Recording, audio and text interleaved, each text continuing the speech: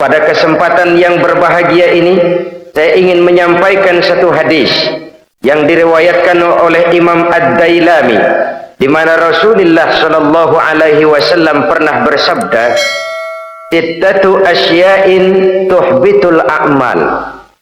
Ada 6 perkara yang bisa menghancurkan amal yang sudah kita kerjakan.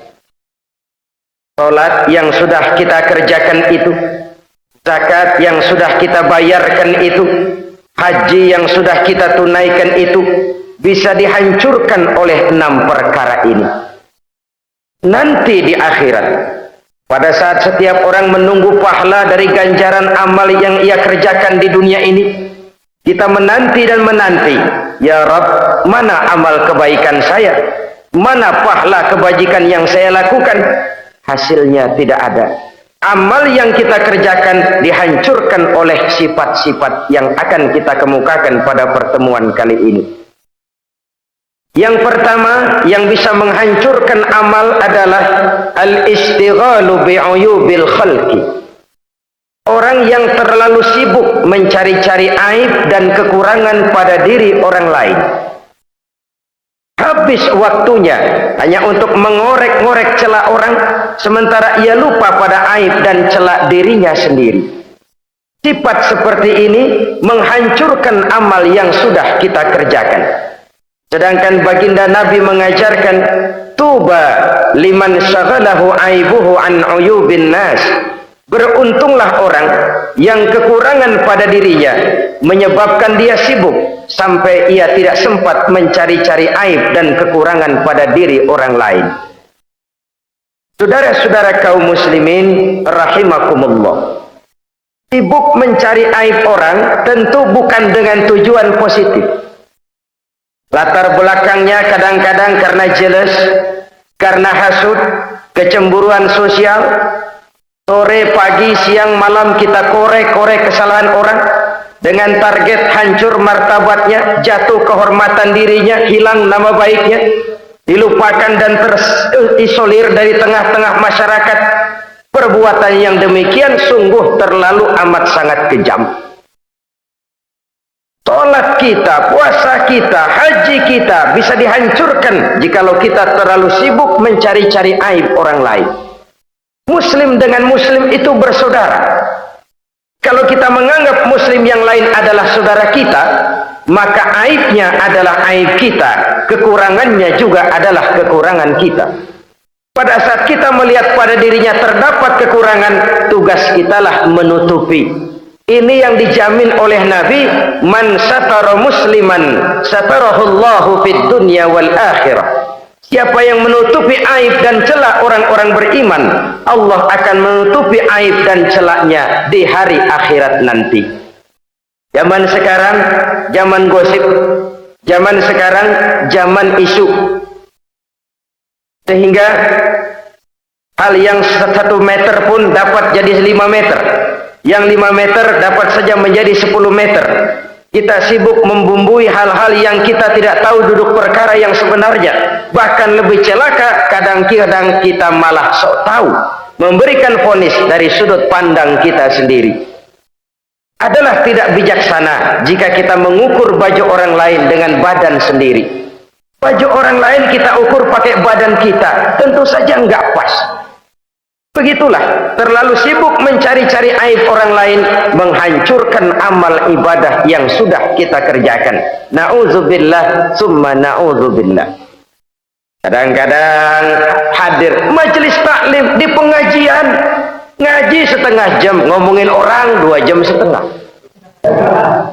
Tekor, defisit, belum bergeser dari majelis taklim. Ini kan penyakit rohani, di mana kedudukan kita antara sesama muslim bagaikan satu tubuh. Kalau yang satu sakit, yang lain ikut merasakan sakit. Yang satu terhina, yang lain ikut merasakan terhina.